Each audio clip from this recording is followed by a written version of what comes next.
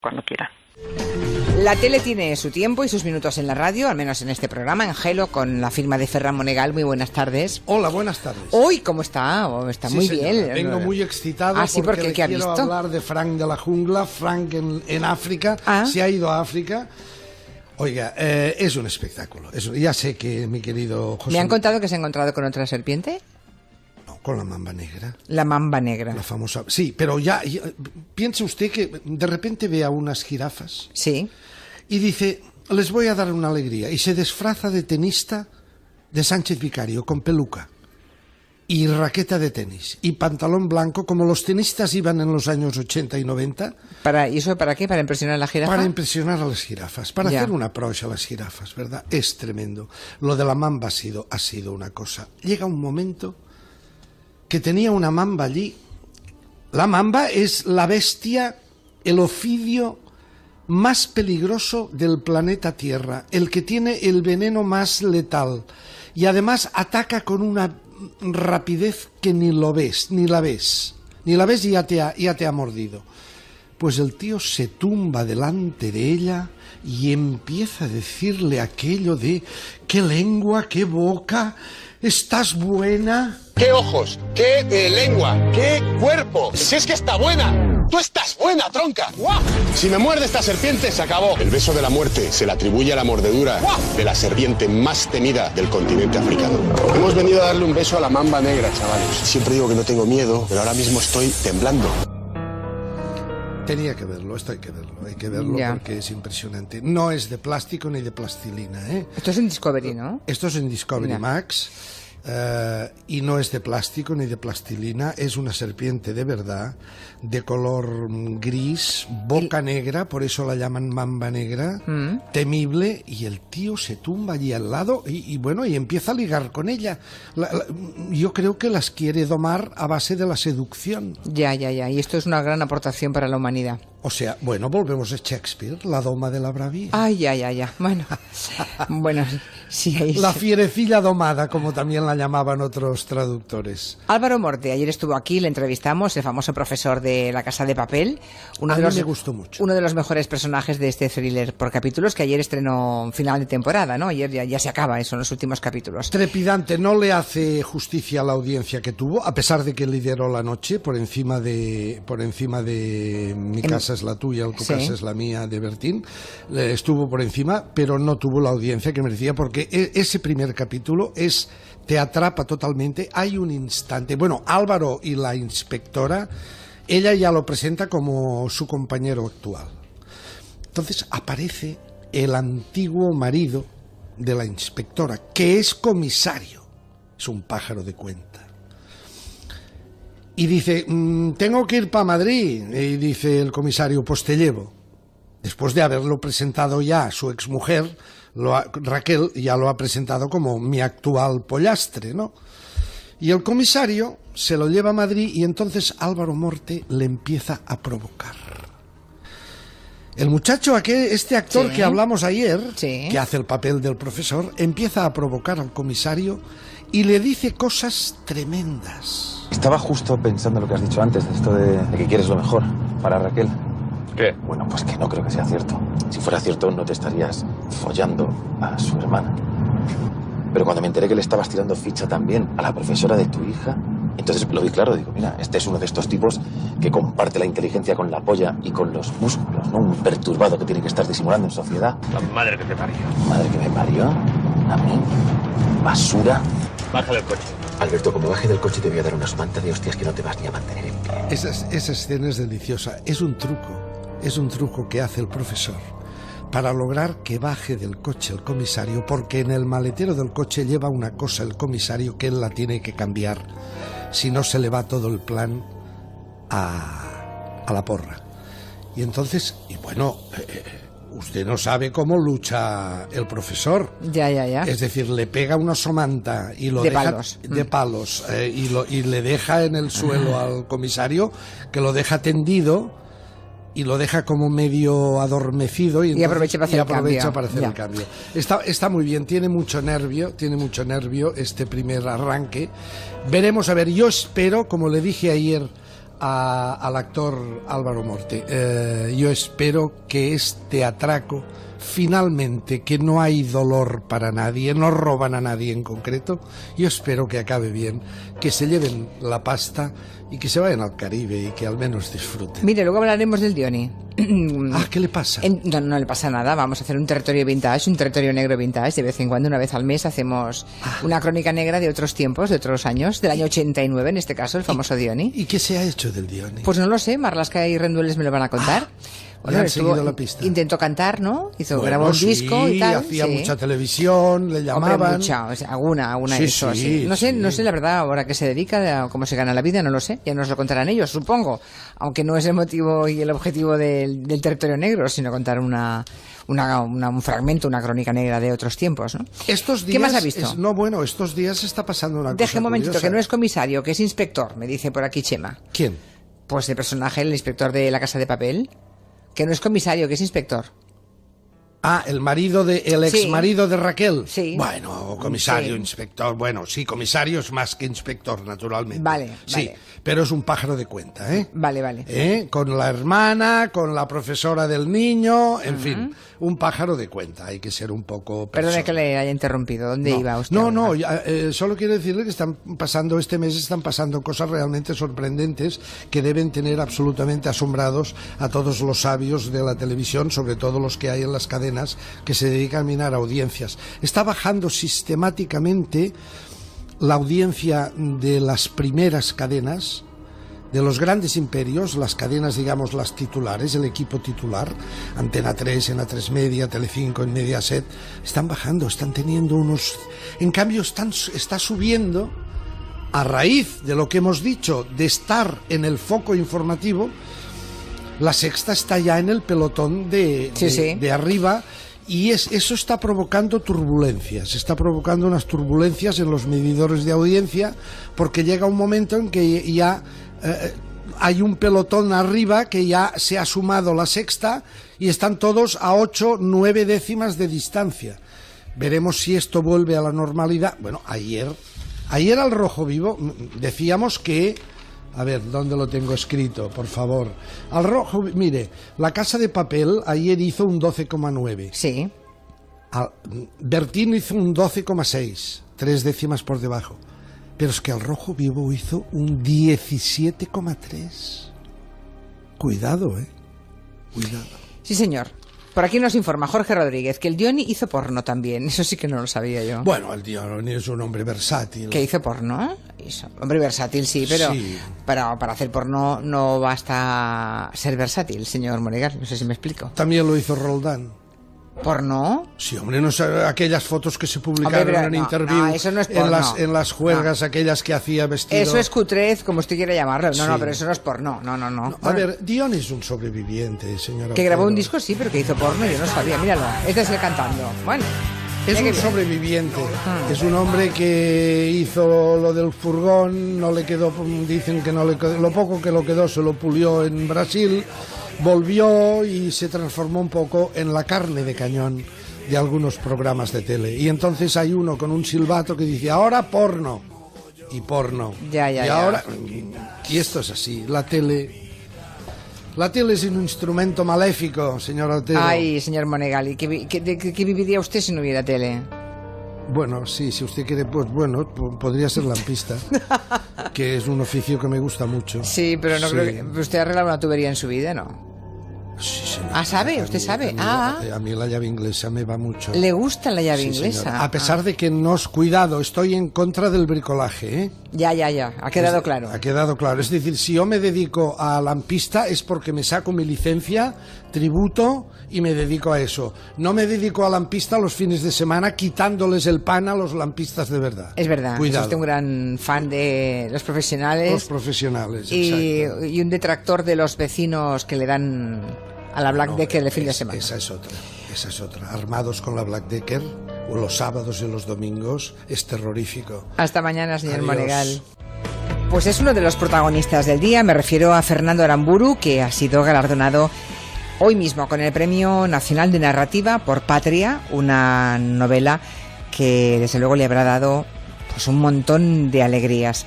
Fernando Aramburu, muy buenas tardes y enhorabuena. Bueno, buenas tardes y muchas gracias. ¿Quién le ha llamado para notificarle el premio esta mañana? Pues el caso es que la notificación del premio por vía telefónica me ha pillado fuera de casa.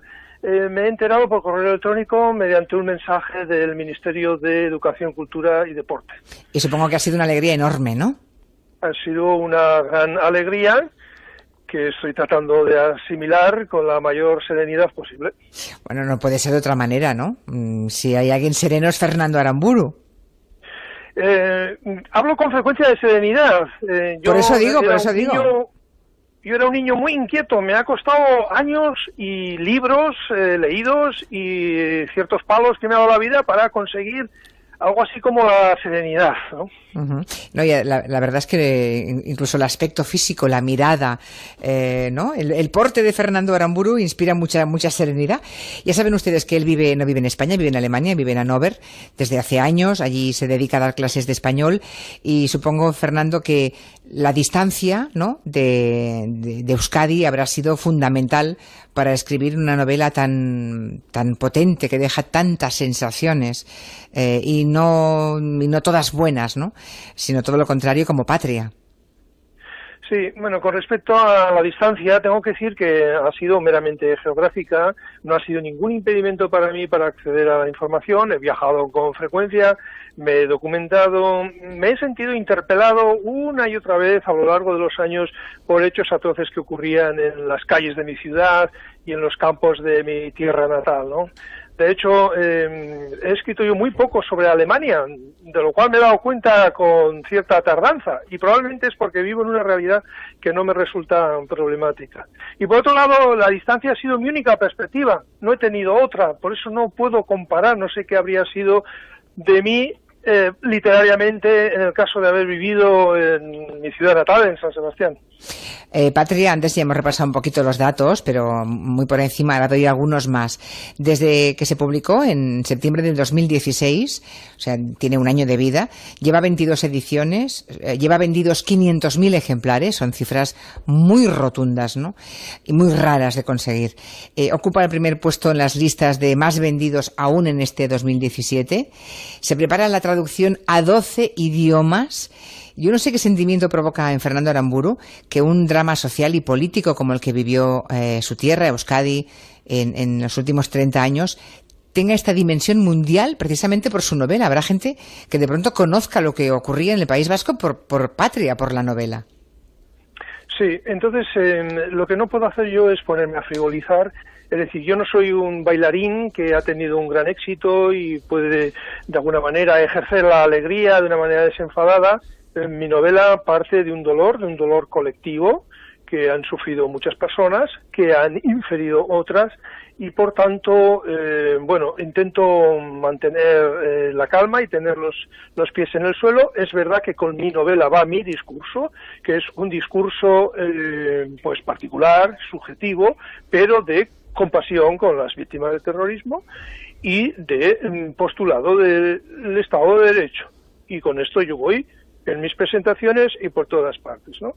Por otro lado, yo he escrito una novela, no un libro historiográfico, y realmente me sigue costando asimilar que un trabajo desarrollado durante unos años en total soledad y tan lejos geográficamente haya podido desatar semejante repercusión, ¿no? He vivido escenas muy emocionantes en las presentaciones, he comprobado que mi libro ha sido significativo para mucha gente, y que ha llegado a emocionar a mucha gente.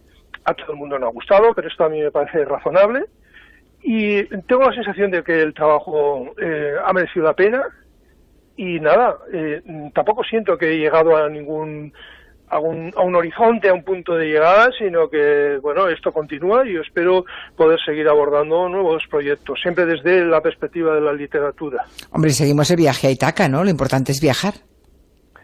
Pues sí. Claro, lo importante es el viaje, no se llega a ningún puerto, sino se acaba casi todo, ¿no? El puerto debe ser ese lugar al que uno se dirige eternamente, ¿no? Con toda la eternidad que tiene la vida, que como sabemos es inexistente, pero hablando en términos metafóricos, ¿no? Sí, uno se pasa una larga temporada anhelando llegar al punto final, y cuando finalmente llega ese punto, se queda uno pero vacío. Es una situación para mí muy desagradable, hasta el punto de que yo recuerdo que terminé la novela y a los 5 minutos abordé un encargo de una traducción, porque la perspectiva de levantarme por las mañanas y no tener una tarea y no tener el cerebro ocupado con una tarea que por otro lado es gozosa, para mí eso es tremendo, vamos. O sea que sintió una especie de Fernando Aramburu de horror vacui, cuando acabó de escribir Patria. Sé que les pasa a otros. En algún sitio leí que Thomas Mann solía ponerse enfermo cada vez que terminaba una novela. Probablemente somatizaba pues este vacío mental que le quedaba, ¿no? Pero hay que tener en cuenta que claro, escribir un libro, escribir una novela no es una actividad que se desarrolle de las manos hacia allá, como si uno hiciera una silla o una escultura, sin menospreciar el trabajo de nadie, sino que es un trabajo que coloniza la memoria, coloniza el cerebro durante las 24 horas del día. Supongo que en su momento, cuando Fernando Aramburu se enteró de que Patria era una novela que recomendó el propio presidente del gobierno, Rajoy, de entrada supongo que se quedó usted muy sorprendido, ¿no? No solamente sorprendido, me quedé un poco temeroso, no supe realmente si esta recomendación sería publicitaria o contrapublicitaria, teniendo en cuenta pues que este señor no es del beneplácito de todo el mundo. Yo mantengo con la clase política una actitud de educación y de calma, pero procuro, vamos a decir, mantenerme prudentemente distante, ¿no? No me refiero solamente al presidente de gobierno. Bueno, ha habido otras personas que han tenido la deferencia, me refiero a personajes políticos relevantes, han tenido la deferencia de hablar pues elogiosamente de mi libro. Bien, yo lo agradezco, tengo que decir que para mí son lectores, en primer lugar son lectores de mi libro, lo han leído y bueno, pues han opinado públicamente, lo han hecho a favor, en muchos casos me alegro. Sí, y ha seguido vendiendo ejemplares, así que el temor de si era publicitario o antipublicitario se ha resuelto claramente a favor de la primera tesitura, ¿no? Era también publicitario. Por cierto, ¿alguna explicación tiene Fernando Aramburu a por qué cuando precisamente su tierra natal, en Euskadi, se parece haber recuperado la convivencia, eso que retrata de forma tan angustiosa y tan maravillosa al mismo tiempo en Patria, en su libro? ¿Por qué en Cataluña se nos está rompiendo, se nos ha roto? Bueno, no soy un especialista en la cuestión, la sigo por medio de la prensa, preocupado y entristecido. Compruebo con desazón que para una considerable cantidad de ciudadanos de Cataluña el ejemplo vasco no sirve, no han considerado que los años horrorosos, los años de plomo que nosotros pasamos no ven quizá la posibilidad de que se repita en su tierra, cosa que está por demostrar, espero que no ocurra. Entiendo que el proyecto que en el País Vasco intentó imponerse mediante el terror, intenta imponerse en Cataluña por medio de la esperanza, que es otra de las estrategias para dominar los pueblos. Esto está aclarado suficientemente para unos sociólogos. Creo que la gente, muchos pues compatriotas catalanes que quieren dejar de serlo, en un momento determinado han creído que estaban a muy poca distancia de conseguir el objetivo. La realidad se está imponiendo, el patio está muy revuelto, me cuentan amigos catalanes pues que cunde la enemistad entre amigos, entre familiares. Esto me suena muy conocido y me causa mucha pena. Deberían leer todos la novela, Patria. A lo mejor les ayudaba la literatura, lo que la reflexión propia a veces no alcanza, ¿no? Le preguntan en Alemania, señor Aramburu, por Cataluña, por lo que está ocurriendo, por lo que pasa en España. ¿Hay curiosidad o se mantienen al margen también? Bueno, compruebo que últimamente sí hay interés en los medios de prensa, en la televisión, hay comentarios bastante críticos, por cierto, con el nacionalismo, salvo en el caso de las imágenes de la policía golpeando. Esto no gustó. Durante años yo comprobaba que se prestaba poca atención a este asunto en la prensa, alguna vez una pequeña página en el semanario del Spiegel, ahora no, ahora se presta bastante atención. Por cierto, en el último número del Spiegel se dedican 2 páginas a este asunto de Cataluña. Lo que compruebo es, después de la presunta, supuesta, incomprensible declaración de independencia, el tono es ahora directamente cómico. Es verdaderamente humorístico. Y me imagino que no sin razón. Pues eso, digamos, no es nada bueno para el independentismo, ¿no? Me viene a la cabeza aquella famosa frase que dijo Josep Terradellas, recomendando que un político podía permitirse muchas cosas menos hacer el ridículo. Si dice usted que en la prensa alemana ya lo abordan de manera cómica, quiere decir que se ha alcanzado ese punto que Terradellas consideraría hacer el ridículo, ¿no? Sí, no, digo, el último número del semanario Spiegel, que es muy leído en Alemania, el tono, el periodista es directamente risueño. Ya, jocoso, ya, lo cual, en fin, que tomen nota entonces, ¿no? Está claro. Fernando Aramburu, agradecemos el tiempo que nos ha dedicado, que sepa que estoy delante de la pantalla de Twitter, en la que tenemos comentarios de todos los oyentes, y que hay legión de oyentes que han leído Patria. Por ejemplo, uno de ellos dice que lo ha terminado hoy mismo, y que sigue obsesionada con ese libro que le ha dejado una huella muy fuerte. Creo que está bien. Despedimos con ese tuit de este oyente, que imagino que es lo que cualquier escritor pretende, ¿no? Que lo que escribe deje huella en la memoria del lector, sea quien sea. Enhorabuena por ese Premio Nacional de Narrativa 2017 por Patria. Hasta pronto, Fernando. Muchas gracias, hasta otra. Gracias, buenas tardes. Uno de los protagonistas indudables del día, Fernando Aramburu, que alcanzó esta mañana el Premio Nacional de Narrativa, del que se enteró a través de un correo, porque la llamada en ese momento no le entró, no le llegó, porque estaba fuera de casa. Pues ya estamos todos, creo, y ante la duda pasamos lista. Tenemos a Elisa Beni. Muy buenas tardes. Buenas tardes, viva la Madre Superiora. Sí. A ver, Sardá, el micrófono no se mueve justo cuando se abre. Sí, lo hago yo. Yo sí lo hago. Tú sí que lo haces. Y vengo preparado. ¿Tú te acuerdas cuando tú dirigías programas de radio? Sí. Seguro que reñías a tus invitados y hacían tal cosa. ¿Tú qué? Pues, cállese usted. Vale. No, ya vengo preparado a hacer grandes pausas, porque ya he visto hoy a Elisa Beni por la mañana. Sí. Y tiene una claro, como sabe mucho de judicatura y tal, pues yo ya vengo preparado, me he acercado al micro para tener más presencia de voz. Ah, bueno, vale. ¿Dónde has visto a Elisa? Pues en Espejo Público. En Espejo Público, sí. En Espejo Público. Bueno, es que yo es que por la mañana no puedo ver mucho la tele. No te da la vida. No, es que no me da la vida, no me da la vida, no puedo. Ya me gustaría a mí. Y también tenemos a Fernando Iwasaki, muy buenas. De jóvenes y viva Elisa Beni.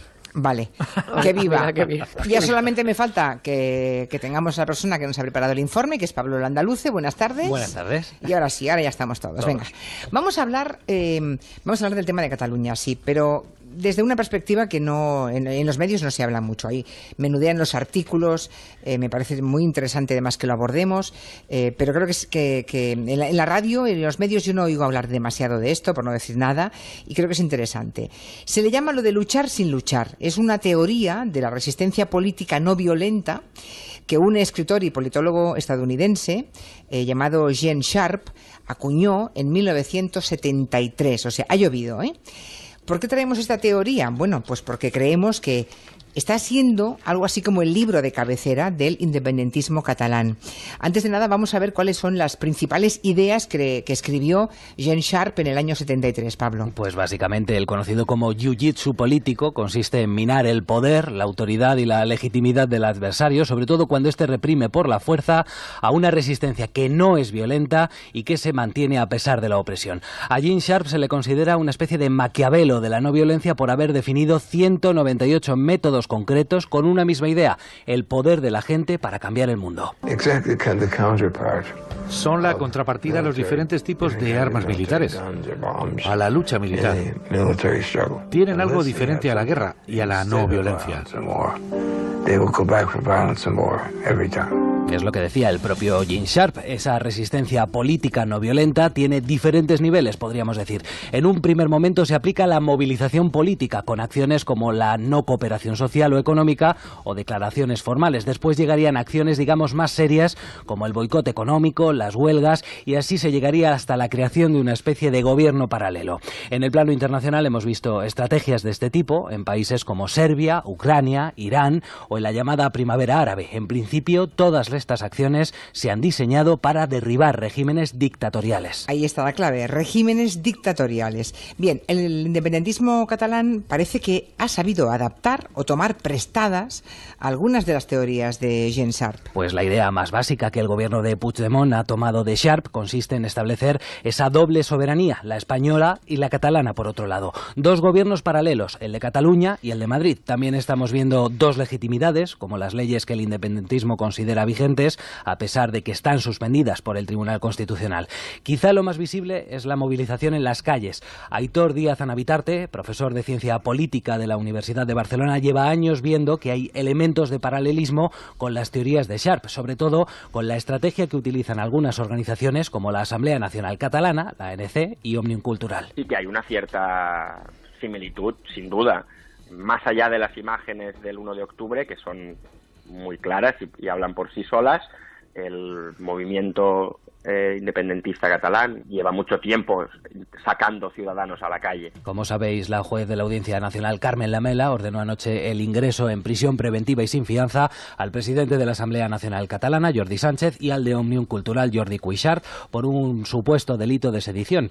Recordemos que esa prisión provisional es una medida cautelar que puede adoptar la justicia. En este caso, la magistrada quiere evitar, o eso dice ella, que ambos se fuguen, que destruyan pruebas o incluso que reincidan. Así que nos preguntamos a partir de ahora qué puede ocurrir en el futuro. Puede ocurrir que el independentismo use la detención de los Jordis como un arma para seguir agitando la calle o hacerlo más todavía. Pues eso es lo que temen algunos expertos. De entrada, Aitor Díaz Anabitarte cree que es muy difícil hacer pronósticos de cualquier tipo, pero si aplicáramos la teoría de Jean Sharp, la recomendación sería recrudecer todavía más los mecanismos de protesta. Se pueden repetir escenas como la del 1 de octubre, se pueden repetir grandes manifestaciones como las que ha habido desde la sentencia famosa del Estatut, se pueden repetir manifestaciones.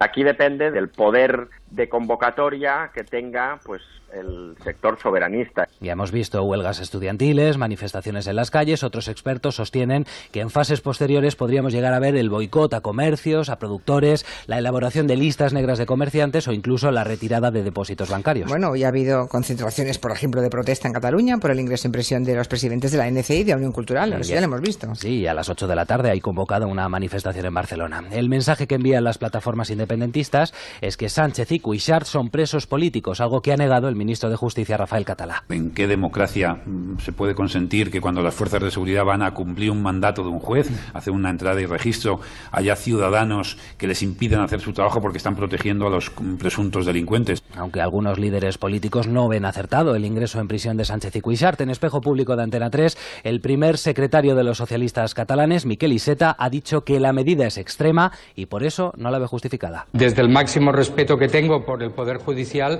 creo que en este caso se trata de una medida desproporcionada que tampoco se tomó con respecto al mayor de los Mossos y por lo tanto yo no acabo de entender el por qué era necesaria en estos dos casos. Bueno, pues hasta aquí el informe con Pablo Landaluce. Creo que ya no nos oímos mañana sino pasado. Mañana hay Radio Estadio de la Champions, porque juega el Atlético de Madrid con el Karabakh, ¿no? En Azerbaiyán, así que mañana no tenemos gabinete. Nada, Pablo. Mañana nada. Nos así vemos el jueves. El jueves sí. O nos oímos. Sí. Hasta pronto. Hasta pronto. Bueno, pues hoy nos preguntamos a partir de esta visión, qué posibilidades de éxito tiene esta teoría, una teoría, la del jiu-jitsu político. ¿En qué momento una teoría como esta de Jean Sharp, destinada, queda claro, a derrocar regímenes dictatoriales, puede ser también tomada y adaptada a un gobierno y a un Estado democrático como es España, ¿no? Y hacia dónde nos encaminamos? Hace un momento, nada más entrar, ya decía Xavier Sardá que sí que está en el origen esa teoría Sharp, ¿no? Claro. Pero que hay notables diferencias. Hay diferencias, pero sí es cierto. Pero la está usando, claro, el independentismo. Es decir, el independentismo casi literalmente como libro de cabecera, ¿eh? ¿Por qué no se declaró la independencia el otro día? Porque ahora se habla de una demora de 2 meses. Porque en realidad declarar la independencia es, lo hemos comentado, tirar la última bengala de un barco. Puede que salga, que te vea alguien, o puede que no te vea nadie. Y por lo tanto todo el rato estamos haciendo referencia a Europa respecto a todo lo que va sucediendo aquí, el independentismo lo hace en función de una cuestión de imagen, porque el poder del independentismo no es más que el hecho de convencer a las cancillerías europeas especialmente y a otras del mundo. Por lo tanto, lo que ellos dicen es: nosotros no hemos declarado la independencia como nos habéis dicho, porque estamos fuera de la ley, ¿de acuerdo?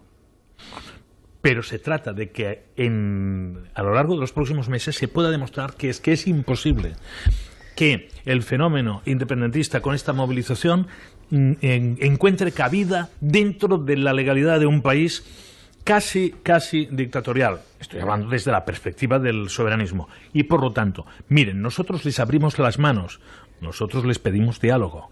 Nosotros. Y mire cómo nos contestan. Exacto. Claro. Y entonces es la estrategia. Entonces claro. Siguen haciendo una invitación a la danza a que el Estado español tenga que reprimir y baile con la más fea. Ese es el juego. Lo que pasa que fíjate que hay una paradoja, porque lo que nos dice nuestro teórico es que sirve para derrocar.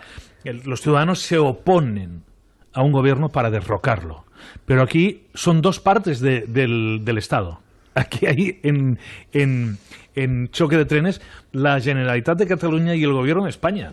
Y los ciudadanos en medio, la mitad de los ciudadanos de Cataluña, que esa también es una diferencia esencial. Es decir, los ciudadanos pueden quitar el poder a quien lo detenta no obedeciéndole. Pero ¿qué pasa cuando la mitad no quiere obedecer y la otra mitad dice que sí quiere obedecer? Es que esa mitad no existe para el Gobierno de Cataluña. Ya. Hacen ver como que no existe. ¿Cómo que no? Claro, efectivamente. Elisa Beni. Bueno, pues me alegro mucho que me haga esta pregunta, porque yo el día 4 de octubre publiqué un artículo en el diario.es que se titula Insurrección en versión beta, en el que hablo precisamente de esto. Bueno, hablo de la idea que yo tengo desde el principio de que estamos asistiendo a una nueva modalidad disruptiva de insurrección, novedosa, que puede que sea aplicando esa teoría inicial, pero que de alguna manera es un experimento que Cataluña está siendo un laboratorio y que hay mucha gente en Europa, grupos concretos, que se les ve el interés, algunos, por ejemplo, de ultraderecha en algunos países, o también en Rusia hay gente muy interesada por ver lo que pasa en Cataluña, porque sería la prueba de fuego, que no es la primera vez que en España se hacen laboratorios y pruebas, en el siglo XX se hicieron algunas. Sería la prueba de fuego de cómo se puede hacer fracturar o romper los regímenes democráticos desde dentro y utilizando, digamos, sus propias armas. Y yo creo que a esto es a lo que estamos asistiendo en Cataluña. ¿Que por qué me parece muy importante entender qué es esto y no otra cosa?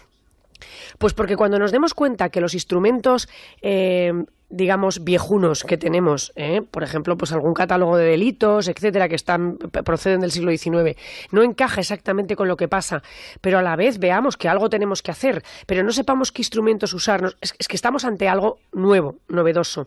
Y hasta que quienes tienen que combatir esto no se den cuenta que están ante un fenómeno nuevo y por lo tanto sean capaces de buscar soluciones para algo que es disruptivo y que es nuevo, pues creo que no va a ser fácil dar con la salida. Y eso creo que es exactamente lo que está... Esto pasó hace 80 años, ¿eh?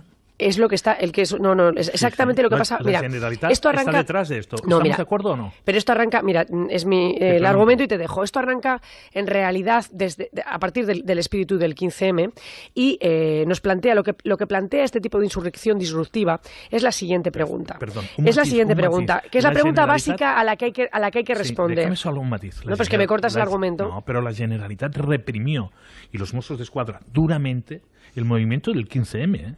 Y ahora la Generalitat es la que patrocina. Que me da igual, que es que yo no me estoy quedando en la espuma de qué hicieron, qué no hicieron en el caso concreto. Estoy planteando porque a mí me parece que efectivamente es una revolución, una insurrección disruptiva que es diferente a lo que hemos visto hasta ahora y que se basa en la utilización pacífica de la gente para conseguir fracturar. En este caso, fracturar, la relación con el Estado, pero algunos de los que están en esa movida quieren también fracturar algunos ámbitos que van más allá, porque algunos lo observan, por ejemplo, incluso dentro de Podemos, lo miran con cierto interés porque, claro, esto podría servir también para fracturar el régimen constitucional desde dentro, ¿no? Quiero decir con eso que la verdadera pregunta, la que vemos y nos pasma es, efectivamente, es imposible que se consiga frente a un Estado democrático una escisión, ¿no? Una sedición de forma pacífica, porque el Estado es muy poderoso, todos aquellos que conocen bien el Estado te lo dicen. El Estado es muy potente, es muy poderoso, el Estado democrático tiene muchísimas armas y esto no puede ser. Bien, lo que pasa es que al final de todas esas armas hay una que es el poder coercitivo del Estado. De facto, el Estado casi todo lo logra poner en marcha porque al final hay un poder coercitivo y tú cumples las cosas y pagas Hacienda porque hay una coerción después, un castigo, comillas. Como en la Generalitat también. Un castigo. Pero ¿qué es lo que sucede? Y termino. Sucede que hemos asistido a cómo las sociedades democráticas actuales, la española y las europeas, tienen poca resistencia al uso coercitivo de la fuerza frente a como dice la magistrada, muchedumbres pacíficas. Entonces, claro, la pregunta final es si la sociedad no está dispuesta a ver eso, si Europa no ve bien eso, si otras democracias no ven bien eso y los ciudadanos de otras democracias tampoco, si realmente no se puede utilizar el último poder coercitivo del Estado, que es el uso de la violencia legal, entonces si apartamos eso, el Estado ya está en otra posición diferente. Fernando Iwasaki, que normalmente batiza primero Sardá, ¿no? Que dice alguna cosa. Sí, yo quiero decir sencillamente que el señor que tenía que declarar la independencia unilateral es el presidente de la Generalitat de Cataluña. Ojo con caer en paralelismos con movimientos libertarios y cosas parecidas. La Generalitat de Cataluña es la que apadrina el movimiento soberanista. Pues ¿qué es lo que ha dicho desde el principio el encabezamiento de este gabinete? Que se está utilizando una teoría que está pensada para otra cosa, que es para las revoluciones, revoluciones del pueblo contra regímenes dictatoriales, lo está utilizando una institución contra un régimen democrático. Pues claro, ahí está la disrupción, ahí está lo que yo digo que es disruptivo. Por eso digo que a los observadores europeos que les interese mucho lo que sucede aquí, que tengan en cuenta que lo que sucede aquí está apadrinado por una parte del Estado que también cobra impuestos, que también tiene policía, que también ejerce coerción sobre los ciudadanos, porque es una parte del Estado en Cataluña. Por lo tanto, los ciudadanos están, algunos persuadidos, otros no, pero en todo caso en medio del fuego cruzado de dos partes del Estado. Sí, efectivamente. Fernando Iwasaki. Sí, primero me gustaría hacer una nota a pie de página friki, porque cuando Julia resumió la teoría de Gene Sharp como pelear sin pelear, en realidad esto viene de Operación Dragón, de la película de Bruce Lee. De Bruce Lee. Porque hay una escena en la que están en un barco y hay un luchador que le pregunta a Bruce Lee cuál es tu estilo y él dice the art of fighting without fighting, o sea, el arte de pelear sin pelear, de luchar sin luchar. Es que de hecho muere Bruce Lee el año en que Gene Sharp plantea su teoría, así que probablemente es un homenaje, entonces, ¿no? Es una frase que efectivamente se toma prestada. Ahora, dicho lo cual, me interesa mucho cuando tanto Elisa como Xavi hablan de todo este escenario catalán para contemplarlo desde el extranjero. Y a mí me gustaría aquí ponerme en la situación del que mira desde fuera, porque yo contemplo muchas de estas cosas con perplejidad. Como yo he nacido en un país del tercer mundo, a mí me cuesta asociar el estatuto del pueblo catalán, es decir, la forma como viven los ciudadanos catalanes, como viven los palestinos, o como viven los kurdos, o como vivieron los kosovares. A ti y a todo el mundo.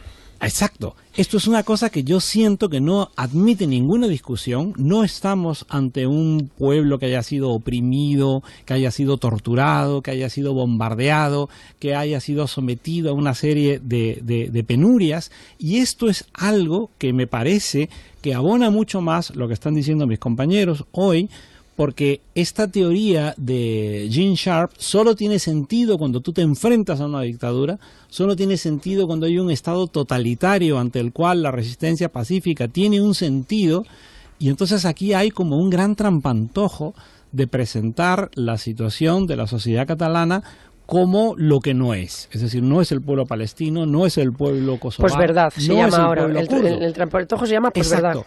Entonces, eso yo creo que es muy importante tenerlo como punto de partida. Es decir, que podemos hablar de la resistencia pacífica, pero si no definimos o si no tenemos claro todos quién se encuentra al otro extremo de esa resistencia pacífica, estaríamos verdaderamente aceptando el anzuelo de esta suerte de falacia.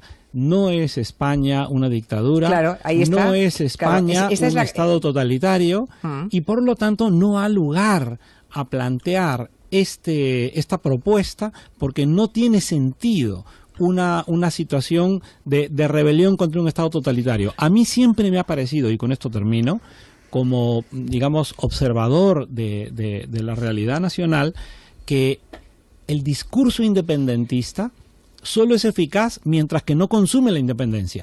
Es decir, un independentista no puede querer la independencia porque lo que en realidad quiere es más privilegios, más ventajas, más prebendas. Si llega a la independencia, se le acabó el negocio. Y Borrell lo resumió muy bien el día que lo entrevistaron, me parece que en la cadena SER, y antes que Puigdemont se pronunciara, él explicó que iban a decir que sí, pero no. Y eso es tal cual. Es decir, se le acaba al independentismo. Fijaros, pero ahora el argumento si hay independencia. Sí, ahora fijaros, lo tenemos todos claros, ¿no? Es lo que hemos hecho en el informe. Digamos que esa teoría de Sharp se aplicaría para luchar contra los regímenes dictatoriales. Por eso yo os preguntaba, como no es el caso de España, ¿qué hacemos? Y Juan Vicente Martí, un oyente, dice, vale, oído todo, ¿cómo se defiende un Estado que es democrático de una insurrección, entonces? Claro. Bueno, aplicando la ley. Bueno, pero un momento. Y yo soy cada vez más me interesa ponerme en el lugar de aquellos que tienen un razonamiento que no es el mío. Lo digo porque entre los independentistas hay muchos amigos míos y familiares directos, hermanos, ¿vale? Es decir, cuando se dice que los independentistas quieren más prebendas, no es cierto. Porque fíjate que cuando yo les digo, hombre, pero se han marchado 600 empresas, por el amor de Dios, puedes ser independentista y que esto te parezca atroz. Claro. Te dicen que no. Muchos te dicen que no y te lo dicen con la mano en el corazón. Dicen, oye, yo soy independentista por una cuestión de dignidad. Esto es insostenible. Yo estoy ahora diciéndote lo que me dicen a mí. Esto no hay quien lo soporte, esto es insostenible, por lo tanto, aunque vayamos a peor, merece la pena. Y si las empresas se van, que se vayan. Ya volverán o vendrán otras. ¿Qué quiero decir con esto? Que en realidad el tema es mucho más romántico de lo que parece. No digo que esto sea más venial, no digo que sea mejor. Digo que que hay una mezcla de cuestiones puntuales económicas positivas, pero ya no traga nadie. Es decir, Junqueras no aparece en todas estas semanas en las que se están marchando las empresas de Cataluña. Y es el responsable de economía, pero es que ya saben los ciudadanos favorables, adeptos, que no es necesario que aparezca porque en lo que estamos es en otra cosa. En otra cosa que es la independencia de Cataluña. A ver, pues por lo tanto, es casi... Es que hay gente dispuesta a pasar hambre. No, es que te digo... Eso lo oí yo el otro día. Pero vamos... Si hay que pasar hambre, se pasa hambre. Se pasa hambre. Claro, te quedas... Bueno, eso es fácil decirlo, luego hay que pasarla, ¿eh? Sí. No, está sucediendo. Claro. Perdona, estamos en una situación de ciencia ficción. Es decir, se han marchado de Cataluña 600 empresas en 2 semanas. Sí, pero de momento nadie ha sentido la consecuencia de nada. No, pero ya ha sucedido, ¿eh? Bien, pero de momento nadie ha sentido... las comunidades de acogida. Nadie ha sentido la consecuencia de nada, ni nadie ha tenido ninguna pérdida, ni material, ni física, ni personal. Parece esencial. Bien. Vamos a ver. Porque no han notado nada. No han notado nada. Estas cosas, yo te digo lo que me están diciendo a día de hoy. Sí, pero es muy fácil decir. Es muy fácil decir y luego está lo que suceda cuando las cosas empiecen a tener consecuencias. Es decir, es muy fácil decir y, por ejemplo, si en un momento dado se hubiera tomado el control de las finanzas o hubiera habido algún problema o hubiera habido problemas para pagar las nóminas de los funcionarios, ya te digo que se vería de otra forma, ¿no? Con eso digo que los revolucionarios... También hay una parte, yo entiendo el sentimiento de mucha parte de esta gente, me puedo poner en sus zapatos y pensar lo que piensan, pero también digo que hay mucho revolucionario de salón. Quiero decir que es más fácil hacerlo. De pantalla plana, sí. Claro, viéndolo como las primaveras árabes cuando las tuiteábamos, luego es diferente ponerte ahí delante. Pero tú preguntabas que qué se hace en este caso. Yo, desde luego, lo que tengo claro es lo que no se hace, lo que no se debe hacer. Y esto no se debe hacer nunca, en ninguna circunstancia, pero mucho menos en esta. Yo creo que lo que no se debe hacer es cruzar ninguna linde, hacer estallar ninguna costura, sobrarse por ningún lado. Yo creo que, y en este sentido creo que incluso el gobierno de Rajoy no lo está haciendo ni mal del todo, al actuar con una prudencia medida con respecto a esas huestes también de los suyos, porque como dijo, pero por las dos partes, como dijo Vila el otro día, cada parte tiene que lidiar con sus propios radicales, ¿no? Es decir, bueno, pues también hay quien está, bueno, es que, oye, yo digo lo que pienso, yo digo lo que pienso, Elisa, dices lo que no debe hacer el Estado, lo que no debe hacer el Estado, Podemos, como mucha gente, pero ¿qué debe hacer? Sí, pues debe aplicar la ley, pero sin excederse en nada, sin sobreactuar y sin pasarse. Artículo 155. ¿Por qué? Porque, escúchame, porque en el momento en que te sobrepasas, sobreactúas o te vas un poquito de caña, pues incluso las personas que estamos de acuerdo en que hay que restablecer la legalidad constitucional, pues tenemos que criticar. Por ejemplo, ¿qué sucede con el tema de la prisión de estos 2 ciudadanos? Pues sucede que yo, que he defendido desde el principio que hay que dejar actuar a la justicia y que hay que restablecer el orden constitucional y el Estado de Derecho, porque eso es primordial, resulta pues que tengo que coger y criticarlo el auto porque porque en este asunto se están sobrando las costuras desde el momento en que se presentó esa querella por sedición, ¿de acuerdo? Entonces, el fiscal general del Estado el otro día tuvo la prudencia, comillas, de antes de presentar una querella por rebelión, reunir a los fiscales del Tribunal Supremo, y los fiscales del Tribunal Supremo le dijeron: ¿dónde vas, Nicolás? Aquí no hay ninguna rebelión, hombre. En fin, quiero decir con eso, y con eso no estoy diciendo que no haya delitos, estoy diciendo que lo que no se puede es forzar la máquina para que haya lo que no hay. Con respecto a lo que dices del 155, mira, el 155 tiene una... A ver, a mí me da vértigo porque es asomarnos a un agujero negro y entonces pues depende de cómo se maneje, la cosa puede ir de una manera o de otra. Pero, sin embargo, respecto al relato tiene una ventaja. El artículo 155 está copiado de la Constitución alemana. Sí. De manera que es mucho más fácil relatar en Europa a qué nos atenemos y qué se va a hacer, porque está en otras constituciones continentales. Porque los alemanes van a entender perfectamente qué es lo que se va a hacer. ¿Me explico? Entonces, ahora, explicar brevemente y en el extranjero, si yo tengo que explicaros aquí ahora por qué me parece que no se debía haber metido en prisión preventiva a estos ciudadanos, etcétera, pues me vería ya en problemas de tiempo y de relato para poderlo explicar. Claro, imagínatelo explicárselo a los extranjeros. Realmente lo que es más fácil es vender el relato de una imagen de unos señores que organizan manifestaciones que están en prisión. ¿De acuerdo? Entonces, como no hay que perder tampoco esa batalla del relato, porque en realidad ellos están jugando, como bien decía Iwasaki, al trampantojo, es decir, a una especie de representación en la que la verdad no es que no exista, es que no importa, porque ellos viven en una realidad paralela. Completamente, eso es cierto. Viven en un mundo paralelo. Por seguir repartiendo, Fernando, ¿qué más querías decir? Bueno, a mí me parece que estamos todos teniendo en mente que se puede aplicar el artículo 155. Si se aplicara el artículo 155 y en ejercicio de esa nueva situación se convocaran unas elecciones en la Comunidad Autónoma Catalana, los partidos que se presenten a esas elecciones podrían llevar claramente en un plan de gobierno lo que quieren hacer, porque nos estamos encontrando constantemente, y no solo en esta situación, sino también a nivel nacional, con que recién los partidos, cuando llegan a las instituciones, dicen lo que se proponen hacer. Y creo que eso es algo que le hurta a los ciudadanos la posibilidad de elegir a la hora de depositar su voto en una elección. Si se aplicara ese artículo 155, porque creo que estamos abocados a una situación bastante tensa y complicada, si se convocaran unas elecciones y la sociedad catalana, los ciudadanos catalanes tuvieran la oportunidad de votar y al mismo tiempo de elegir a los partidos que presenten propuestas concretas sobre lo que van a hacer en esta situación, se solucionaría bastante, por lo menos se despejaría mucho de todo esto. Y ya se podría hablar en el futuro de reformas constitucionales o de futuros referendos pactados, pero hay que partir de algo y lo elemental, lo sencillo es esto. La detención de los 2 Jordis de ayer hizo que muchos nos llevásemos las manos a la cabeza, pero da igual, porque podíamos llevarnos las manos a la cabeza y decir que técnicamente no hay nada desde el punto de vista jurídico para relativizar esto.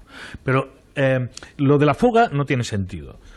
lo de que lo que hicieron estaba conectado con la idea de promover la independencia de Cataluña, si los metes en prisión, es decir, estás fomentando muchísimo. Ellos dos solos no pueden fomentar la independencia de Cataluña, pero si tú les metes en prisión incondicional, estás fomentándola mucho más. Es decir, esta contradicción yo creo que hace que el procedimiento no sea lo que pasa es que sea lo oportuno. A ver, yo entiendo que desde el punto de vista jurídico un juez no puede plantearse lo que tú dices, llevas razón en lo que dices. Pero pone decir, es que van a reincidir en el tema. Sí, no, vamos a ver, pero dices, tú estás reincidiendo más que ellos. Digo que lo que lo legal no siempre es justo. No, digo que lo que no puede hacer la juez es decir, en el supuesto de que hubiera tenido que enviarlos a prisión, no enviarlos pensando en lo que iba a suceder. Yo digo, mira, como no me va a dar tiempo a explicarlo de todas formas, déjame, Julia, decir que acabo de publicar un artículo que se titula Un auto que sonroja en el diario.es, donde explico a más y con más datos por qué creo que el auto a mí me parece bochornoso. Pero bueno. Pero si les dejas en libertad con cargos, ya los tienes. Quiero decirte que la cárcel todo está forzado. Pero todo está forzado. Está forzada la competencia de la Audiencia Nacional, está forzada el decretar la prisión, no está justificado porque dice que pueden, o sea, es decir, no está motivado realmente porque dice que pueden destruir pruebas, ni qué pruebas pueden destruir de lo que pasó un día 20, no explica por qué hay riesgo de fuga. Y la reincidencia, pues... y lo de la reincidencia tal. La fomentas. Es decir, que a mí, en fin, además tengo mucha curiosidad, y esto sí quiero avanzarlo, tengo mucha curiosidad porque resulta que, digo porque se presente el recurso contra esto y que lo vea la Sala de lo Penal, porque es que resulta que la Sala de lo Penal, que está compuesta por 20 y tantos magistrados, ahora mismo exactamente no sé cuántos, se reunió en pleno en 2008 y dictó un auto de pleno que suscribieron en el que se declaraban a la Audiencia Nacional no competente para la sedición y la rebelión en 2008. Entonces, claro, pero es que sedición. Por eso es que ¿a dónde vamos ahora con la sedición? Es decir, puede que haya habido hay otras figuras jurídicas para plantear en caso de barullos en el fútbol o barullos en manifestaciones, piquetes. Llevas toda la razón. Claro. Llevas toda la razón. Bien, entonces el 155, por ejemplo, parecida. El 155, pero de la misma manera que no se ha contemplado la prevaricación en muchos casos en los que se ha estado tratando de imputar a los protagonistas de Mira, ten en todo cuenta esto. que la sedición es un delito que viene fundamentalmente del 18 y del 19, es un delito de hace bastantes siglos y por lo tanto está formulado en el Código Penal de una manera en la que, bueno, se habla de alzarse tumultuariamente, etcétera, etcétera, que es como se cometían, de impedir la justicia, como la aplicación de la justicia. se producían antes las insurrecciones. Entonces, ahora no encaja lo que están haciendo si estamos hablando en este gabinete precisamente de que es algo nuevo, de que es algo que responde a teorías nuevas. Entonces, claro, no encaja con los tipos delictivos. Pero entonces yo creo que no hay que forzarlos. El 155 efectivamente está hecho expresamente para la cuestión catalana y la cuestión vasca. Eso no se puede negar. El único tema es que debe ser lo que se haga, debe ser de una forma muy medida y muy justificada y constructiva y que lleve a algún lado. Claro. Bueno, y elecciones... ¿Por qué parece que a nadie le interesa que haya elecciones en este momento? O a muchos sí les interesa, a Ciudadanos. Bueno, algunos Ciudadanos está que da botes. Sí, Ciudadanos sí. Pero yo creo que también... Bueno, y PSC. Yo creo que al PSC le puede importar ahora. PSC quiere elecciones anticipadas, sí. Pues ya bueno, anticipadas ahora, sí. Bueno, y el PP también, ¿no? En Cataluña. No, Albiol no le parece bien. El PP en Cataluña es irrelevante. El PP en Cataluña es irrelevante, pero lo que puedan hacer el PSC, sobre todo el PSC, me parece que sí es interesante. Bueno, hacemos una pausa y luego escuchamos si han llegado mensajes de WhatsApp. El PP es tan irrelevante como Convergencia en las generales. Sí, son más importantes los animalistas en Cataluña. Sí, bueno, y puede ser irrelevante del todo, el PDeCAT en este momento. Estamos en el tiempo de gabinete, todavía nos faltan unos pocos minutos, son las 6:45, una hora menos en Canarias, estamos con Xavier Sardá, Fernando Iwasaki y Elisa Beni hablando de los últimos pasos que afectan a lo que ocurre en Cataluña, la cárcel, la prisión para los Jordis, el presidente de Òmnium, Jordi Cuixart, y el de la Asamblea Nacional, Jordi Sánchez, viendo también cómo se ha aplicado esa teoría del jiu-jitsu político de Jean Sharp, que en principio se escribió y se pensó para derrocar regímenes dictatoriales, y estamos viendo pues cómo el independentismo intenta adaptar a un gobierno y a un régimen que no es dictatorial, a un régimen democrático, los mismos pasos que Jean Sharp dejó escritos. Vamos a ver esto a dónde nos lleva. Ahora seguís, pero antes, un momento, opiniones de los oyentes. Y la verdad, me gustaría saber ¿por qué se sienten tan mal los catalanes? No lo entiendo. No sé por qué motivo están tan marginados. ¿Y qué más da si se van las empresas? Las cuentas están intervenidas por el Estado. Seguiremos sin ver un duro. Eso no es problema. El problema es emocional. Si no me quieren, me voy y no tengo ganas de estar aquí. Las empresas no se van y se quedan, y incluso van empresas allí a Cataluña. ¿Cómo se para eso? Legalmente, un país democrático.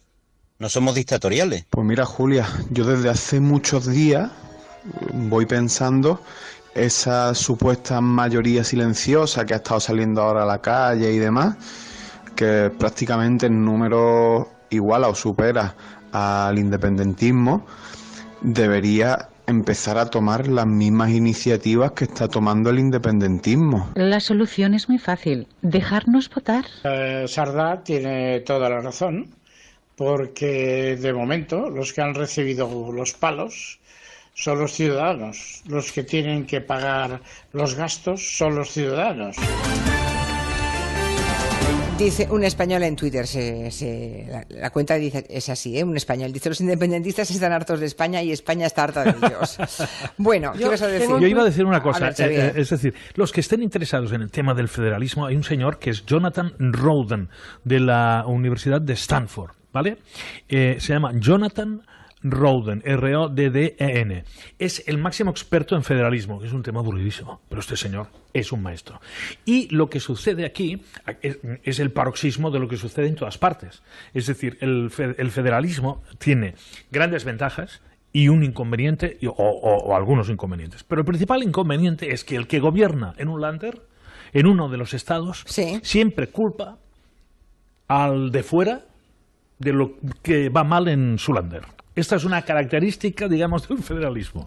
Sí, y entonces, pero hay otra cosa. Generalmente, los landers más ricos son los que dicen: oigan, estamos hartos de hacernos cargos de los más pobres. Pero aquí sin federalismo pasa lo mismo, ¿eh? Sí, bueno, no, es que esto es un Estado federal en el fondo. Pero y acabo, en Italia, la Liga Norte dice que hay más guardas forestales en Sicilia que en policías en todo el norte de Italia. Bueno, esto es lo normal. Es decir, esto sucede en todas partes. Lo que pasa es que aquí ya hemos llegado a ese Estado roto en dos de sus partes.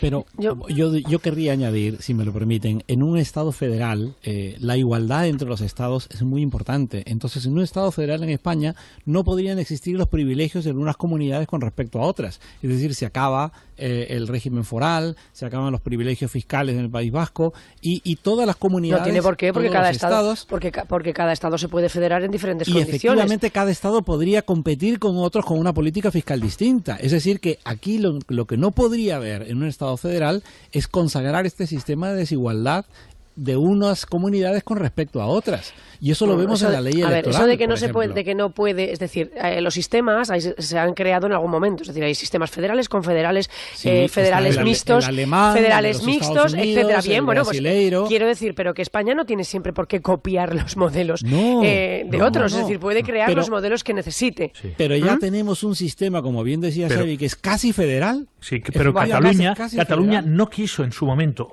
en el momento de la creación de los estados, de las autonomías, no quiso un régimen similar al del País Vasco y Navarra. Se dijo no, porque recaudar impuestos es muy impopular. Y entonces ese yo creo que fue un momento de un error palmario. Y otro error palmario fue el no haber aceptado el hecho diferencial, es decir, que Cataluña y Euskadi venían de haber tenido un autogobierno que fue reprimido después del golpe de Estado y que fue desmantelado. De hecho, los dos mantuvieron gobiernos en el exilio, ¿no?, durante el franquismo, y que eso no había sucedido ni con La Rioja, ni con Murcia, ni con Extremadura, y que por lo tanto no había ninguna. Lo que pasa, fíjate, todo arranca del miedo al independentismo, ¿de acuerdo? Si no hubiera existido miedo a la secesión, al independentismo catalán y vasco, se podía haber encajado ese hecho diferencial. Pero como había miedo con las guerras carlistas. Bueno, vayamos al meollo, porque perdernos en la historia tampoco, es decir, la historia viene ahora mismo de donde viene el problema no viene ahora de las guerras carlistas. Entonces, la cuestión es que por el miedo en la transición a no reconocer el hecho diferencial del País Vasco y de Cataluña, que podía acarrear tentaciones de sedición y de secesión y de independencia, pues al final, a todo lo contrario, hemos ido al mismo lugar. El café para todos. Claro, hemos ido al mismo lugar, solo con la diferencia de que ahora el resto del Estado tiene una fragmentación en autonomías que para todos aquellos que hablan de que las competencias están partidas, pues a lo mejor no tenía tanto sentido. Es decir, a lo mejor no tenía tanto sentido haber fragmentado las competencias, pero bueno, ahora estamos en que están fragmentadas. Y ahora tened en cuenta, y se lo digo también a los señores de Ciudadanos que están pidiendo una especie de recentralización, que es prácticamente imposible que ninguna comunidad autónoma acepte eso. Ninguna, ni las que no son históricas. Ni siquiera las que hubo que convencer para que tuvieran sus propias cortes en su momento. Ni mi querida Rioja, que siempre hemos defendido. Es decir, que es una autonomía por exclusión porque no quería pertenecer ni al País Vasco, ni a Castilla, etcétera. Es decir, que se crearon verdaderos problemas, recordarlos. Fue el gobierno de Andalucía el que dijo, nosotros queremos el mismo sistema. Claro, y ahora mismo, si tú oyes a Susana Díaz, cada vez que se habla de tal, ella habla del pueblo andaluz. Que es que, bueno, quiero decir con eso que es que ahora no se puede dar marcha atrás. Luego tenemos la tortilla que tenemos y habrá que administrar lo que tenemos. De todos modos, es verdad, dice ahora un oyente en Twitter que en estos últimos días no se oye hablar a nadie de federalismo. O sea, parece que ya hayamos descartado eso como solución. Claro. Y eso es entrar un poco en el juego de los independentistas, ¿no? Que parece que sea todo o nada. Y luego no les conviene el federalismo. Claro, el Partido Popular es para los soberanistas mágico, es ideal. El señor Rajoy ha sido, con lo del Constitucional, no digamos, los 5 últimos años de silencio han sido formidables para el independentismo. Es mágico, es el mejor. Bueno, veremos hoy, dentro de una hora está convocada esa manifestación, veremos cuánta gente va, ¿no? Solamente van a pedir la libertad, supongo, de los Jordis, ¿no? Sí, bueno, ya. Ahí está la calle otra vez agitada, veremos si el famoso suflé va de baja. Pero yo hace años que oigo hablar del suflé que va de baja. Sí, de bajísima. Bueno, hoy es un test de ver el músculo de gente. Muy bien, Elisa... Javier, Fernando, gracias a los tres. Gracias. Mañana nos vemos en Sevilla, ¿no? Mañana Fernando Iwasaki. Nos vemos en Sevilla, así es. Desde allá estaremos mañana. Gracias. Adiós. Hasta mañana. Ahora. Que dijo Josep Terradellas, recomendando que un político podía permitirse muchas cosas menos hacer el ridículo. Si dice usted que en la prensa alemana ya lo abordan de manera cómica, quiero decir que se ha alcanzado ese punto que Terradellas consideraría hacer el ridículo, ¿no? Sí, no, digo, el último número del semanario Spiegel, que es muy leído en Alemania, el tono, el periodista es directamente risueño. Ya, jocoso, ya, lo cual, en fin... Sí. Que tomen nota entonces, ¿no? Está claro. Fernando Aramburu, agradecemos el tiempo que nos ha dedicado, que sepa que estoy delante de la pantalla de Twitter en la que tenemos comentarios de todos los oyentes y que hay legión de oyentes que han leído Patria. Por ejemplo, uno de ellos dice que lo ha terminado hoy mismo y que sigue obsesionada con ese libro que le ha dejado una huella muy fuerte. Creo que está bien despedimos con ese tuit de este oyente, que imagino que es lo que cualquier escritor pretende, ¿no? Que lo que escribe deje huella en la memoria del lector, sea quien sea. Enhorabuena por ese Premio Nacional de Narrativa 2017 por Patria. Hasta pronto, Fernando. Muchas gracias, hasta otra. Gracias, buenas tardes. Uno de los protagonistas indudables del día, Fernando Aramburu, que alcanzó esta mañana el Premio Nacional de Narrativa, del que se enteró a través de un correo porque la llamada en ese momento no le entró, no le llegó porque estaba fuera de casa. Pues ya estamos todos, creo, y ante la duda pasamos lista. Tenemos a Elisa Beni, muy buenas tardes. Buenas tardes, viva la Madre Superiora. Sí. A ver, Sardá, el micrófono no se mueve justo cuando se abre. Sí, lo hago yo. Yo sí lo hago. Tú sí que lo haces. Y vengo preparado. ¿Tú te acuerdas cuando tú dirigías programas de radio? Sí. Seguro que reñías a tus invitados y hacían tal cosa. ¿Tú qué? Pues, cállese usted.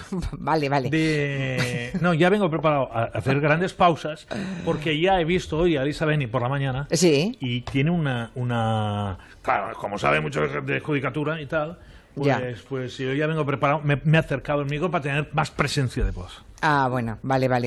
¿Dónde has visto a Elisa?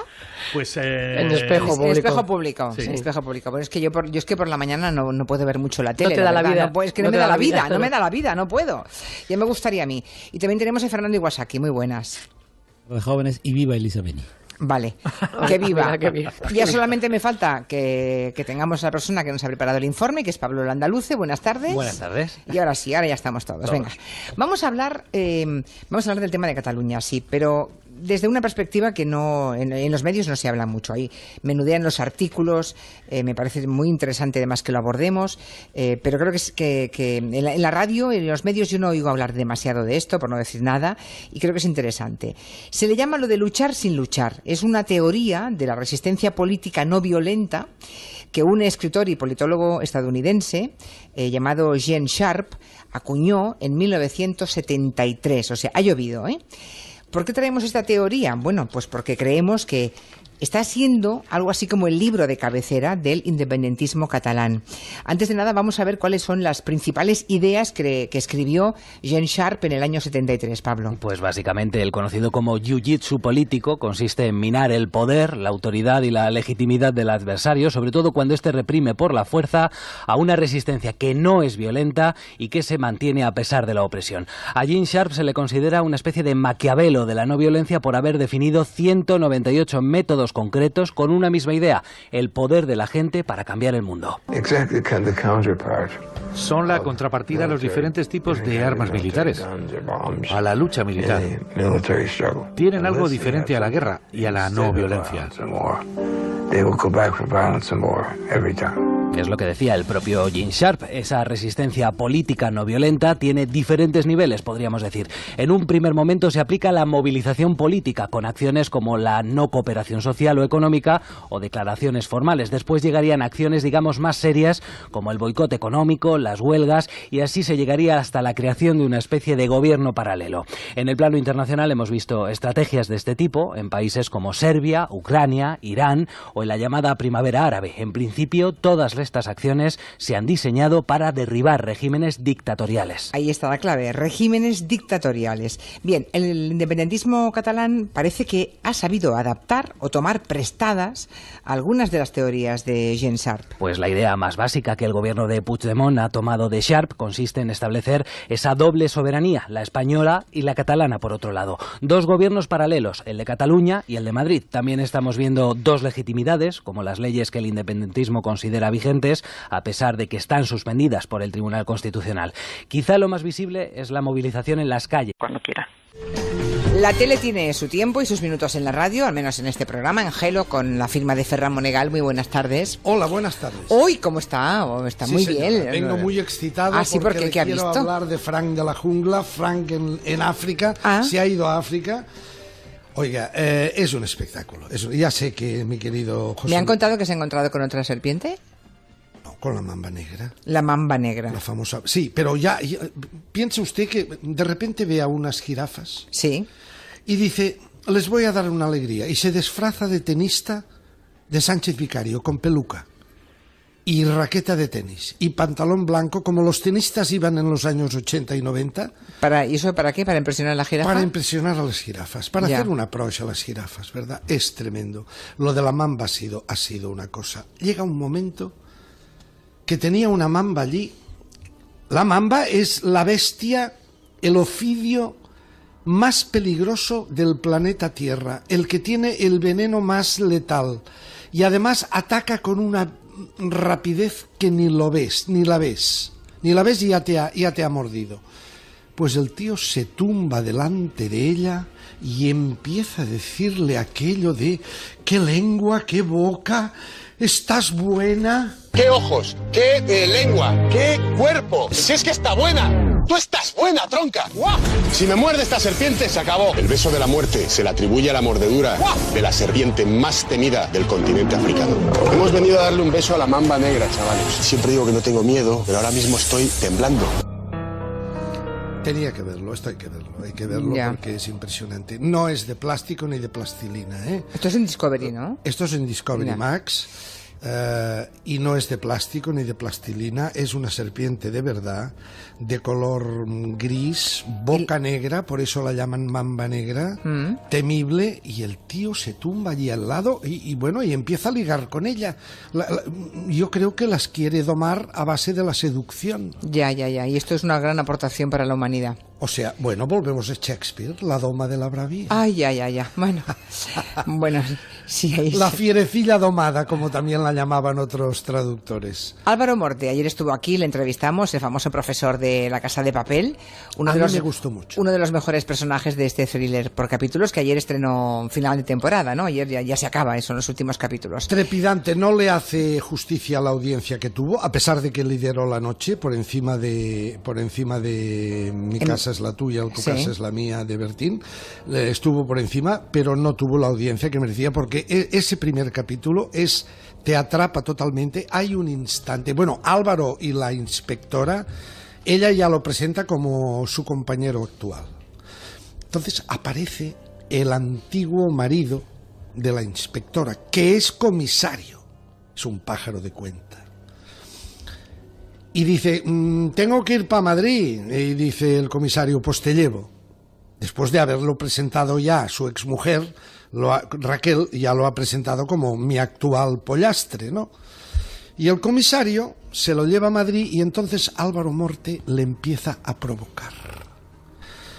El muchacho, este actor que hablamos ayer, que hace el papel del profesor, empieza a provocar al comisario y le dice cosas tremendas. Estaba justo pensando lo que has dicho antes, de esto de que quieres lo mejor para Raquel. ¿Qué? Bueno, pues que no creo que sea cierto. Si fuera cierto, no te estarías follando a su hermana.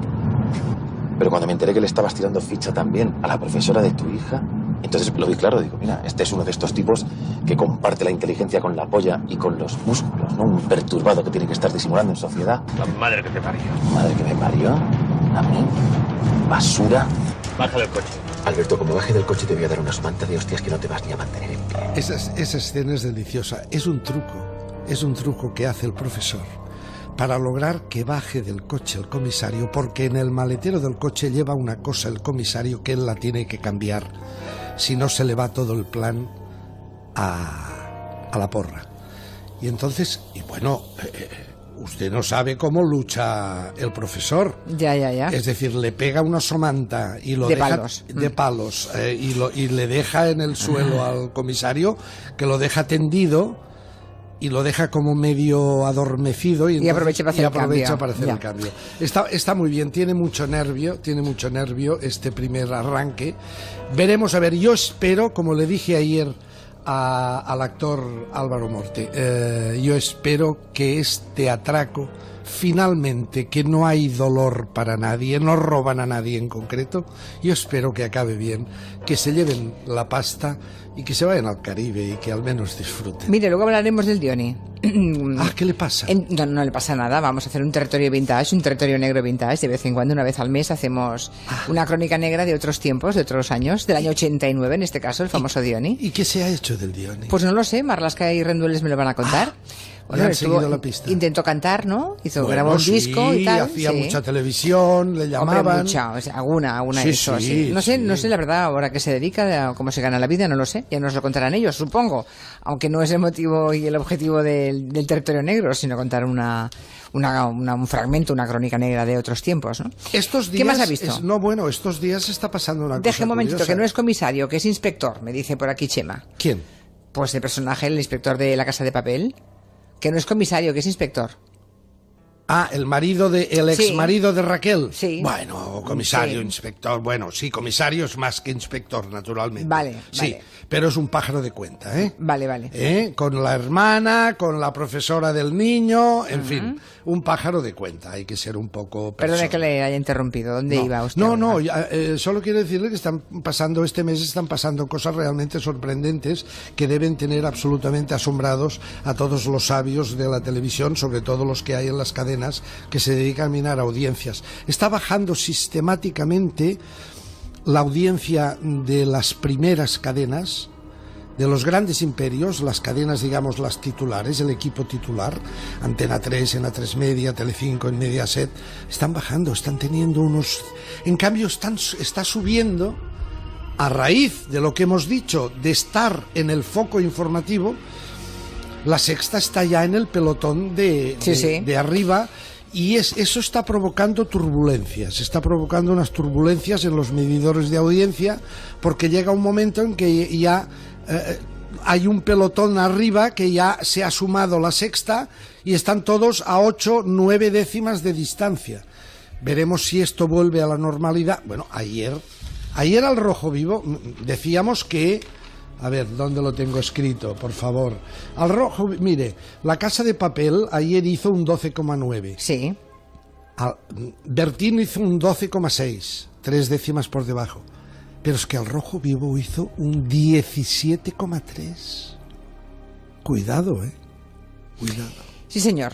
Por aquí nos informa Jorge Rodríguez que el Dioni hizo porno también. Eso sí que no lo sabía yo. Bueno, el Dioni es un hombre versátil. ¿Que hizo porno? Hombre versátil, sí, pero sí. Para hacer porno no basta ser versátil, señor Monegal. No sé si me explico. También lo hizo Roldán. ¿Porno? Sí, hombre, no sé, aquellas fotos que se publicaron en Interview, eso no es porno. en las juergas, aquellas que hacía vestido... Eso es cutrez, como usted quiera llamarlo. No, pero eso no es porno. No. A ver, Dion es un sobreviviente, señora. Que grabó un disco, sí, pero que hizo porno, yo no sabía. Míralo, este es el cantando. Bueno. Es un sobreviviente. Es un hombre que hizo lo del furgón, no le quedó, dicen que no le quedó, lo poco que lo quedó se lo pulió en Brasil, volvió y se transformó un poco en la carne de cañón de algunos programas de tele. Y entonces hay uno con un silbato que dice, ahora porno. Y porno. Ya. Y esto es así, la tele es un instrumento maléfico, señor Otero. Ay, señor Monegal, ¿de qué viviría usted si no hubiera tele? Bueno, sí, si usted quiere, pues bueno, podría ser lampista, que es un oficio que me gusta mucho. Sí, pero no creo que... ¿Usted ha arreglado una tubería en su vida, no? Sí, señor. ¿Sabe? ¿Usted sabe? A mí la llave inglesa me va mucho. ¿Le gusta la llave inglesa? Señora. A pesar de que cuidado, estoy en contra del bricolaje, ¿eh? Ya, ha quedado claro. Ha quedado claro. Es decir, si yo me dedico a lampista es porque me saco mi licencia, tributo y me dedico a eso. No me dedico a lampista los fines de semana quitándoles el pan a los lampistas de verdad. Es verdad. Cuidado. Es usted un gran fan de los profesionales. Los profesionales, exacto. Y un detractor de los vecinos que le dan a la Black Decker el fin de semana. Esa es otra. Armados con la Black Decker, o los sábados y los domingos, es terrorífico. Hasta mañana, señor Monegal. Pues es uno de los protagonistas del día. Me refiero a Fernando Aramburu, que ha sido galardonado hoy mismo con el Premio Nacional de Narrativa por Patria, una novela que desde luego le habrá dado pues un montón de alegrías. Fernando Aramburu, muy buenas tardes y enhorabuena. Bueno, buenas tardes y muchas gracias. ¿Quién le ha llamado para notificarle el premio esta mañana? Pues el caso es que la notificación del premio por vía telefónica me ha pillado fuera de casa. Me he enterado por correo electrónico mediante un mensaje del Ministerio de Educación, Cultura y Deporte. Y supongo que ha sido una alegría enorme, ¿no? Ha sido una gran alegría que estoy tratando de asimilar con la mayor serenidad posible. Bueno, no puede ser de otra manera, ¿no? Si hay alguien sereno es Fernando Aramburu. Hablo con frecuencia de serenidad. Por eso digo. Yo era un niño muy inquieto, me ha costado años y libros leídos y ciertos palos que me ha dado la vida para conseguir algo así como la serenidad, ¿no? No, y la verdad es que incluso el aspecto físico, la mirada, ¿no? El porte de Fernando Aramburu inspira mucha serenidad. Ya saben ustedes que él no vive en España, vive en Alemania, vive en Hannover desde hace años. Allí se dedica a dar clases de español y supongo, Fernando, que la distancia, ¿no? de Euskadi habrá sido fundamental para escribir una novela tan potente que deja tantas sensaciones y no todas buenas, ¿no? Sino todo lo contrario, como Patria. Sí, bueno, con respecto a la distancia, tengo que decir que ha sido meramente geográfica, no ha sido ningún impedimento para mí para acceder a la información, he viajado con frecuencia, me he documentado, me he sentido interpelado una y otra vez a lo largo de los años por hechos atroces que ocurrían en las calles de mi ciudad y en los campos de mi tierra natal, ¿no? De hecho, he escrito yo muy poco sobre Alemania, de lo cual me he dado cuenta con cierta tardanza, y probablemente es porque vivo en una realidad que no me resulta problemática. Y por otro lado, la distancia ha sido mi única perspectiva, no he tenido otra, por eso no puedo comparar, no sé qué habría sido de mí literariamente en el caso de haber vivido en mi ciudad natal, en San Sebastián. Patria, antes ya hemos repasado un poquito los datos, pero muy por encima, ahora doy algunos más. Desde que se publicó en septiembre del 2016, o sea, tiene un año de vida, lleva 22 ediciones, lleva vendidos 500.000 ejemplares, son cifras muy rotundas, ¿no? Y muy raras de conseguir. Ocupa el primer puesto en las listas de más vendidos aún en este 2017. Se prepara la traducción a 12 idiomas. Yo no sé qué sentimiento provoca en Fernando Aramburu que un drama social y político como el que vivió su tierra, Euskadi, en los últimos 30 años, tenga esta dimensión mundial precisamente por su novela. Habrá gente que de pronto conozca lo que ocurría en el País Vasco por Patria, por la novela. Sí, entonces lo que no puedo hacer yo es ponerme a frivolizar. Es decir, yo no soy un bailarín que ha tenido un gran éxito y puede de alguna manera ejercer la alegría de una manera desenfadada.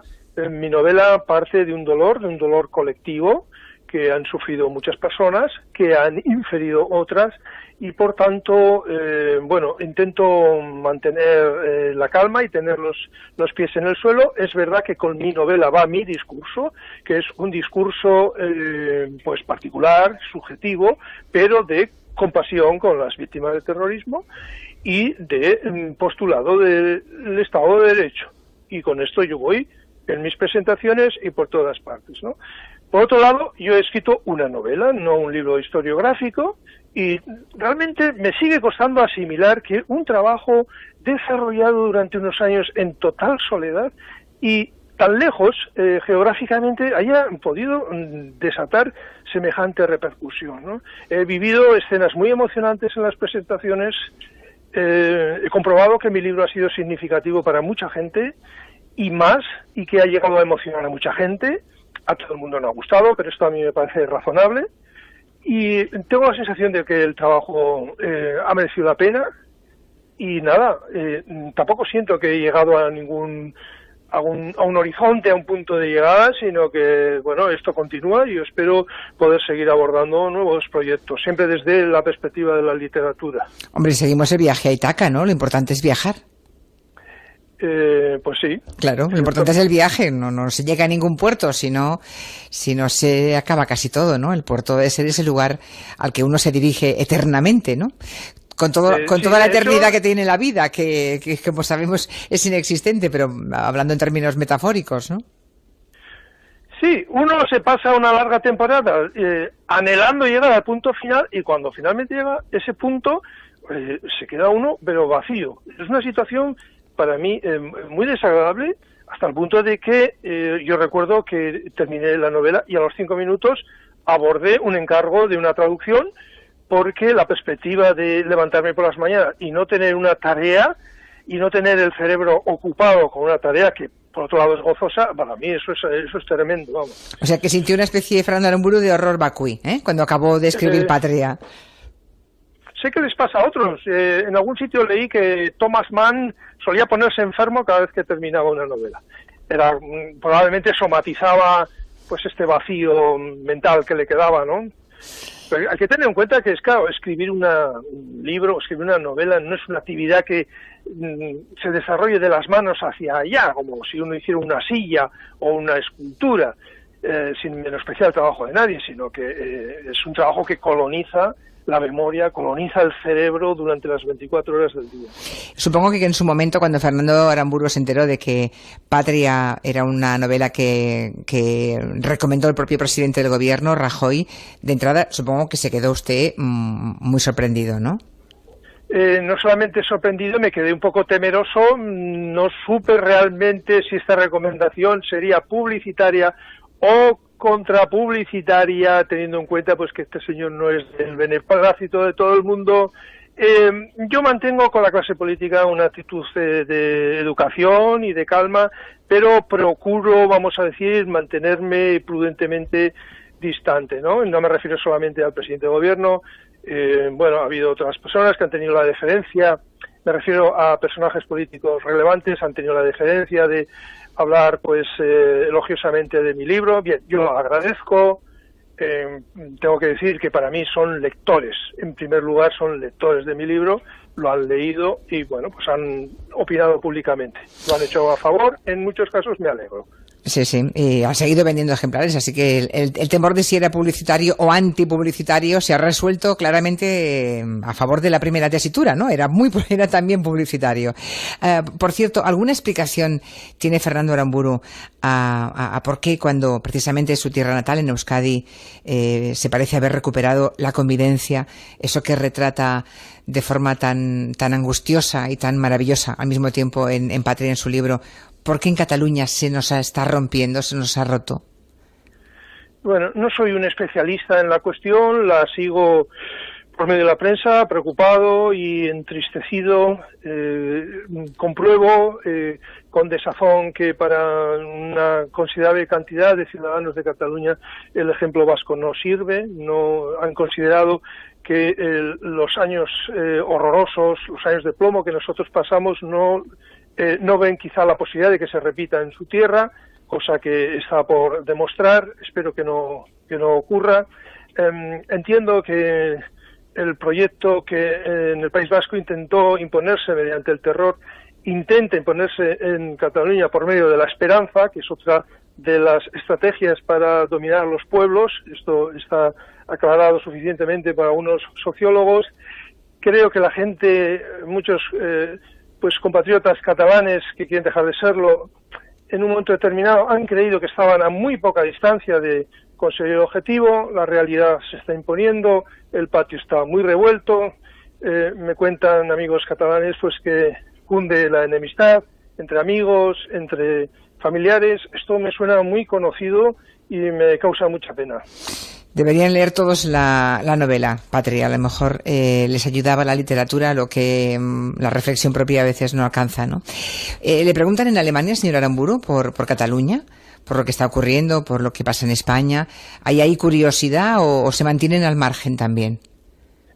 Compruebo que últimamente sí hay interés en los medios de prensa, en la televisión, hay comentarios bastante críticos, por cierto, con el nacionalismo, salvo en el caso de las imágenes de la policía golpeando.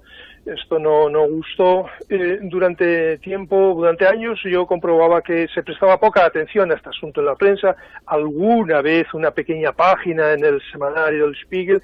Ahora no, ahora se presta bastante atención. Por cierto, en el último número del Spiegel se dedican 2 páginas a este asunto de Cataluña. Lo que compruebo es, después de la presunta, supuesta, incomprensible no declaración de independencia, el tono es ahora directamente cómico, es verdaderamente humorístico y me imagino que no sin razón. Pues eso no es nada bueno para el independentismo, ¿no? Me viene a la cabeza aquella famosa frase